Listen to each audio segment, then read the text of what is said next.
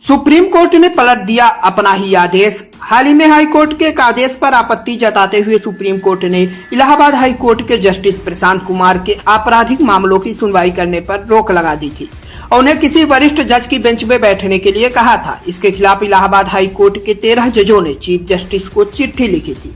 हालांकि अब supreme court ने जस्टिस प्रशांत कुमार के खिलाफ जारी आदेश को कुछ ही दिनों में वापस ले लिया है। सुप्रीम कोर्ट की बेंच ने कहा, हमें सीजीआई की तरफ से पत्र मिला है जिसमें पहले जारी किए गए आदेश पर पुनर्विचार करने का अनुरोध किया गया है। हमने आदेश को रद्द कर दिया और आगे की सुनवाई के लिए ये मामला हाई कोर्ट को प्रेषित कर दिया है।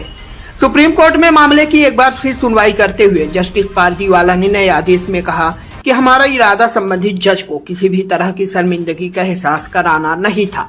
हमारा एकमात्र उद्देश्य स्पष्ट रूप से त्रुटिपूर्ण आदेश को सही करना था।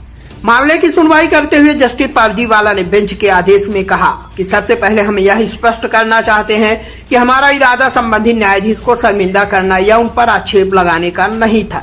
हम तो ऐसा करने के बारे में सोच भी नहीं सकते। हालांकि जब कोई मामला अपनी सीमा को पार कर जाता है, संस्था की गरिमा खतरे में पड़ जाती है, तो संविधान के अनुच्छेद 136 के तहत अपने अपीलीय अधिकार क्षेत्र के तहत कार्य करते हुए भी हस्तक्षेप करना इस कोर्ट की संवैधानिक जिम्मेदारी बन जाती है।